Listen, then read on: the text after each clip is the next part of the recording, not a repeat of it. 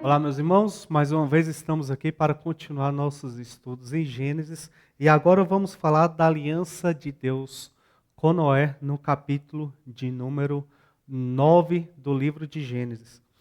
Para nós ganharmos um pouco de tempo, vamos fazer uma leitura a partir do versículo 9 e nós leremos até o versículo de número 19 e depois vamos compreender um pouco mais do que é dito pelo Senhor ali para nós. Gênesis capítulo 9, versículo 9. Eis que estabeleço minha aliança convosco e com a vossa descendência, e com todos os seres viventes que estão convosco, todas as aves, os animais domésticos e os animais selváticos que saíram da arca, com todos os animais da terra. Estabeleço a minha aliança convosco. Não será mais destruída toda a carne por águas de dilúvio, nem mais haverá dilúvio para destruir a terra. Disse Deus: Este é o sinal da minha aliança que faço entre mim e vós, entre todos os seres viventes que estão convosco, para perpétuas gerações. Porém, nas nuvens o meu arco será por sinal da aliança entre mim e a terra. Sucederá que, quando eu trouxer nuvens sobre a terra, e nelas aparecer o arco, então me lembrarei da minha aliança firmada entre mim e vós, e todos os seres viventes de toda a carne, e as águas não mais se tornarão em dilúvio para destruir toda a carne.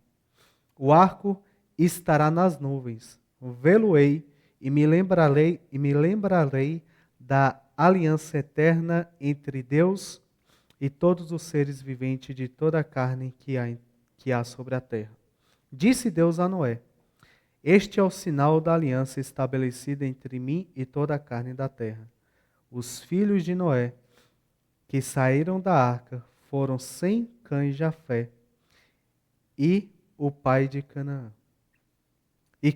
Sem, Cã e Jafé, Cã é o pai de Canaã. São eles os 3 filhos de Noé, e deles se povoou toda a terra. Meus irmãos, vamos compreender algumas lições interessantes para nós aqui. Primeira coisa que eu queria convidá-los é para que a gente voltasse um pouco mais no versículo 1. Se você acompanhar em sua Bíblia juntamente com a gente, tem palavras ali interessantes para nós. Primeira coisa que diz ali, Gênesis 9, versículo 1.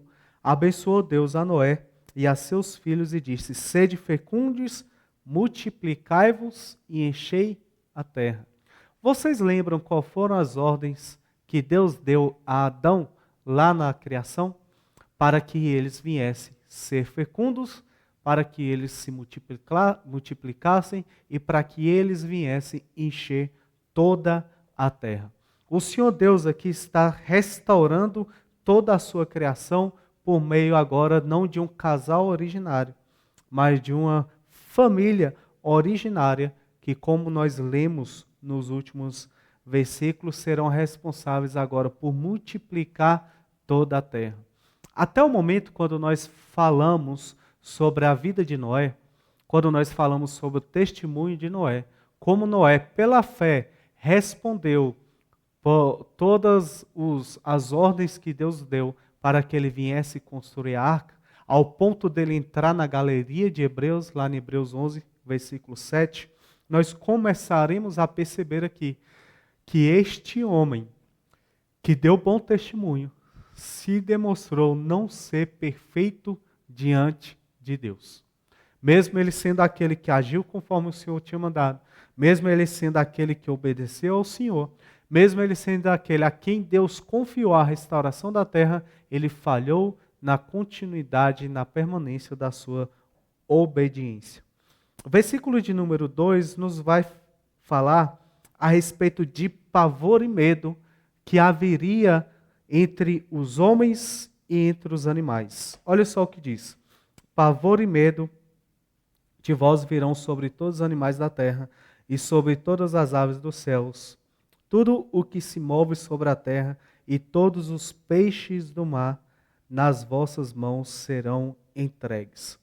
O que o Senhor começa a falar aqui agora é de uma nova forma de administração com a humanidade. Antes, nós percebemos por meio desse texto que a harmonia entre homens e animais era uma harmonia mais tranquila. Era uma harmonia um pouco mais suave e talvez os animais eram até mais próximos de toda a humanidade. Só que agora Deus nos faz perceber que há, ou será assim que os animais vão agir, com certo temor diante dos homens. Esses animais agora vão fugir dos homens, vão se afastar dos homens. Esses animais agora não viverão em plena harmonia com a humanidade. Agora, o relacionamento dos homens com as feras acaba sendo um relacionamento entre caça e caçadores. O relacionamento entre o homem com os animais passa a ser um relacionamento entre presa e predadores. Assim também acontece daqui em diante com todos os animais. Perceba isso no versículo de número 3. Tudo o que se move e vive, ser-vos-á para alimento. Como vos dei a erva verde, tudo vos dou agora.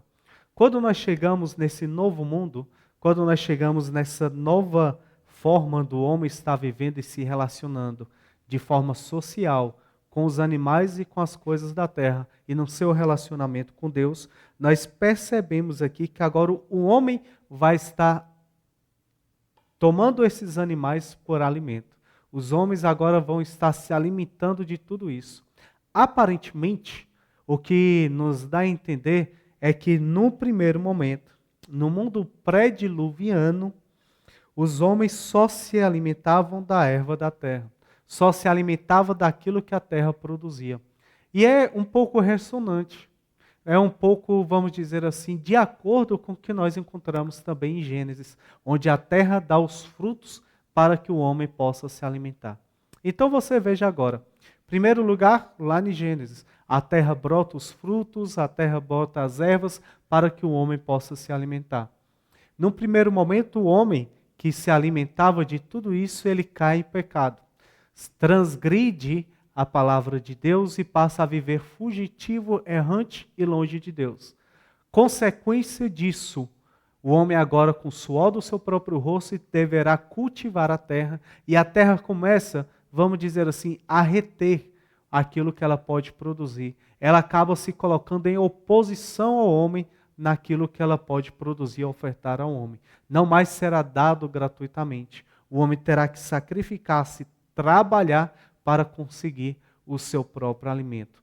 Quando nós chegamos aqui, nós vemos que agora o homem pode desfrutar dos animais, dos seres viventes ali, mas da mesma forma o homem vai ter que suar, o homem vai ter que trabalhar, o homem vai ter que dar um jeito para conseguir prover o seu próprio alimento. Algumas pessoas vão dizer que essa mudança na dieta humana é uma das responsáveis pela diminuição do tempo de vida da Terra.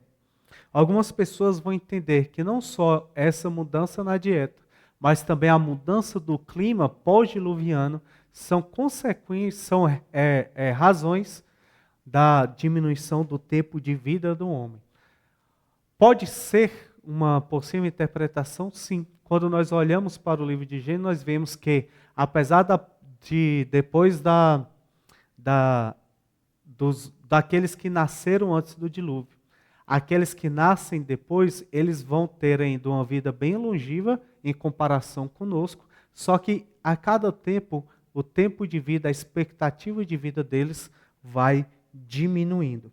Continuemos então a ver algo mais que faz parte desse novo mundo. Gênesis capítulo 9, a partir do versículo 6, nós temos algo dito por Deus aqui. Se alguém derramar o sangue do homem, pelo homem se derramará o seu, porque Deus fez o homem segundo a sua imagem. Agora nós temos aqui uma relação corretiva do homem, onde a punição do homem pela sua maldade virá pelo próprio homem. Deus dá aqui uma autorização para que o homem venha punir os homens que praticam o mal sobre a terra com a pena capital. Se você derramar o sangue de um homem, pelo seu próprio sangue você pagará por esse que morreu. Estudos mais à frente, quando nós estivermos estudando e lendo um pouco sobre Levíticos, veremos com mais detalhes, no período das leis, como isso vai se cumprir e como se organizará cada uma dessas questões apresentadas pelo Senhor. Só que nós estamos aqui falando de um novo período. Nós estamos aqui falando de uma nova dispensação, de uma nova forma de governo divino, que é o governo que nós chamamos, ou da dispensação que nós chamamos de governo humano ou governo civil. Os homens agora precisam se organizar para que eles venham ser responsáveis pelo seu próximo. Nós vemos que o declínio começa a se agravar a partir do momento em que um irmão mata o outro, Abel e Caim. E agora nós temos aqui uma lei onde um homem passa a ter agora responsabilidade pelo seu próximo, para que ele possa olhar para o próximo, entender o próximo, pois Deus dá a lei e dá o fundamento, entender o próximo como imagem e semelhança de Deus. Algo que era atribuído somente a um poder divino, de poder tirar a vida de alguém, como fez o Senhor em todo o dilúvio, mostrando o seu governo, a sua soberania sobre a terra. Agora Deus dá ao homem a capacidade, instrui o homem para que ele viesse governar a terra, e governando a terra, ele tem a responsabilidade de agora cuidar dos seus semelhantes, porque os seus semelhantes devem ser vistos como imagem de Deus, porque assim eles foram feitos.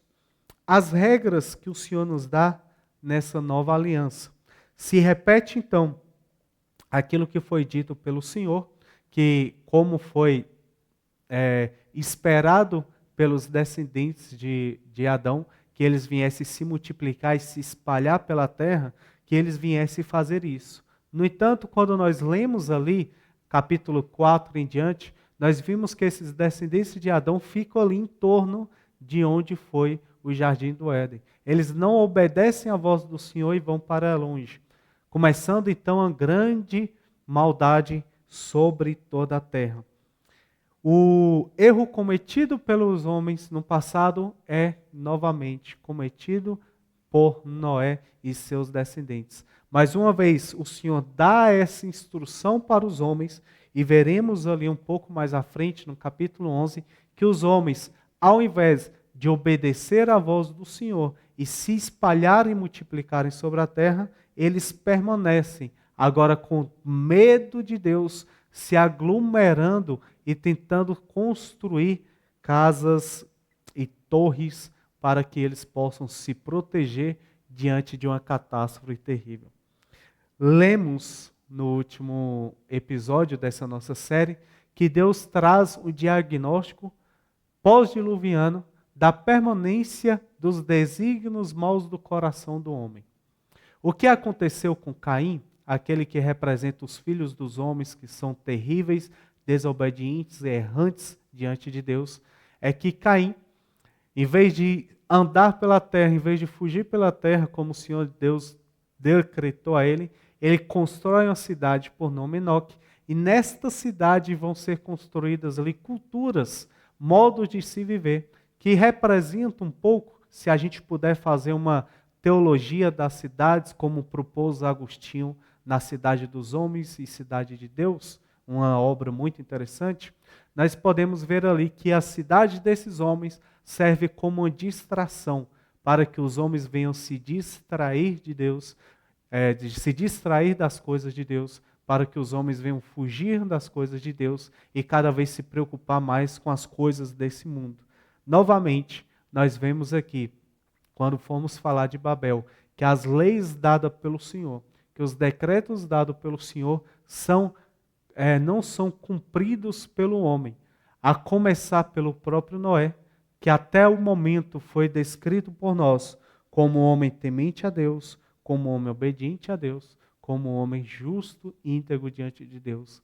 Ele agora desfruta das coisas que o mundo tem a oferecer de forma inapropriada E a partir dessa desfrutação, a partir de dar lugar para esses seus desejos, ele passa a ser alguém inapto a estar governando a terra e diversas situações vão acontecer, como nós veremos mais à frente.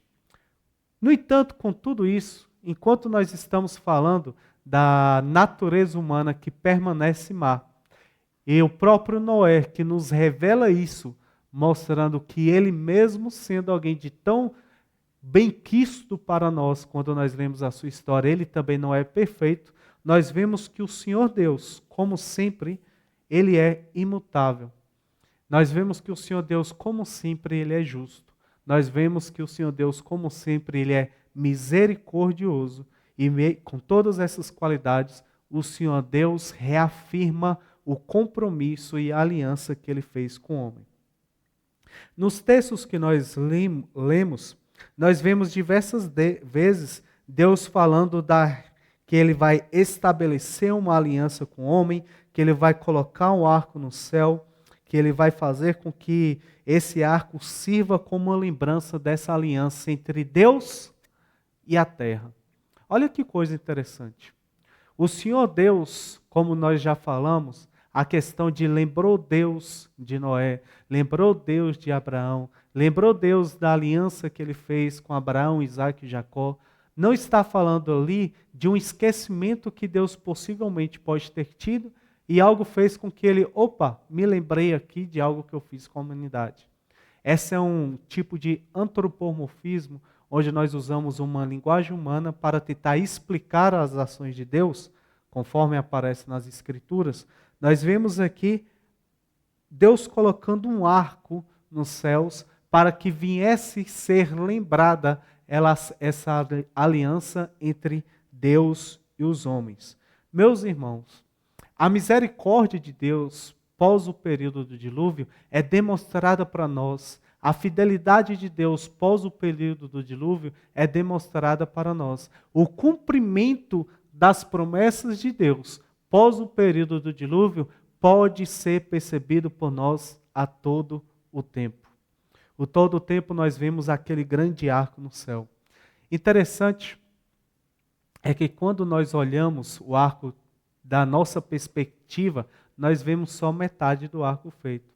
Só que muitas imagens já foram mostradas, quando é vista por cima, aviões sobrevoam esse arco, o arco ele está completo. Isso pode ser para nós uma linda representação de Deus demonstrando a sua aliança conosco. Demonstrando que realmente esse elo e essa aliança que Deus fez com a humanidade é perpétua, como diz o texto no versículo de número 12. Olha só, disse Deus, este é o sinal da minha aliança que faço entre mim e vós, entre todos os seres viventes que são convosco, para perpétuas gerações. Porém, nas nuvens o meu arco será por sinal da aliança entre mim e a terra. Quando nós olhamos para esse arco, vemos que ele não se completa. Vemos que ele foi feito com os homens, mas os homens muitas vezes quebram esse arco. O homem não segue os desígnios de Deus, o homem não cumpre com aquilo que Deus o convidou para cumprir, o homem não dá ouvidos para Deus, seus caminhos são de morte, seus caminhos são terríveis, não há temor a Deus, não há quem busque a Deus e muito menos conhecimento de Deus entre os homens. Não é isso que é dito em Romanos? Não é isso que é dito por Paulo em Romanos capítulo 3? É exatamente o que o Senhor quer dizer para nós. Nós olhamos por uma perspectiva do arco e vemos que ele não está completo. O Senhor Deus, no entanto, vê que esse arco foi completo. Porque o Senhor Deus enviou ao mundo o seu Filho. Enviando ao mundo o seu Filho, ele fez com que ele, tendo a natureza como a nossa, pudesse ser tentado, ser fiel em tudo, pudesse ser justo, íntegro, que nenhuma corrupção, nenhum dolo fosse encontrado em sua vida. Obediente a tudo, recebeu morte, morte de cruz. E na cruz, o nosso Senhor disse, está consumado.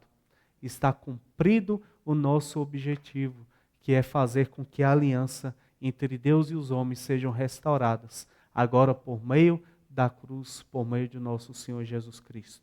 Meus irmãos, é que eu queria trazer para vocês um fechamento, uma síntese de toda essa obra que foi feita por Deus. O juízo de Deus veio sobre a terra. Mesmo assim, veio a redenção e uma nova aliança feita com Deus e o homem por meio de Noé.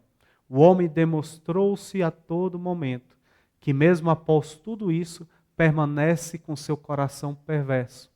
Permanece com suas obras não passando de trapos de imundícia. Mas Deus foi fiel o tempo todo. Deus enviou seu Filho, fomos salvos e resgatados por eles. Esse período e essa aliança que vai de Noé até Abraão é um período na interpretação bíblica dispensacionalista que nós chamamos de dispensação do governo humano ou governo civil. Para que eu não seja repetitivo e para que você possa ler esse texto e extrair deles mais conteúdos para a sua vida, mais aplicações e compreender melhor tudo isso que está sendo dito aqui, eu quero convidá-lo aí no nosso canal do YouTube, pesquisar por dispensação do governo humano ou dispensação do governo civil, pastor Vitor Ferreira, onde ele vai estar explicando com detalhes como foi essa aliança entre Deus e o homem, como foi esse pacto entre Deus e o homem, como foi feita essa dispensação e o que ela representa na Bíblia Sagrada. Espero que esse conteúdo que eu trouxe para vocês desse capítulo venha servir para aplicações pessoais e crescimento espiritual em sua vida. Não deixe de procurar por esse vídeo do nosso pastor e você com certeza será muito edificado. Deus abençoe vocês e nos veremos no próximo estudo, onde vamos ver que mais uma vez homens terríveis, gigantes e poderosos se levantaram na terra. Um deles, o mais famoso, chamado Nimrod, e quais foram as consequências de tudo isso. Deus abençoe e até a próxima.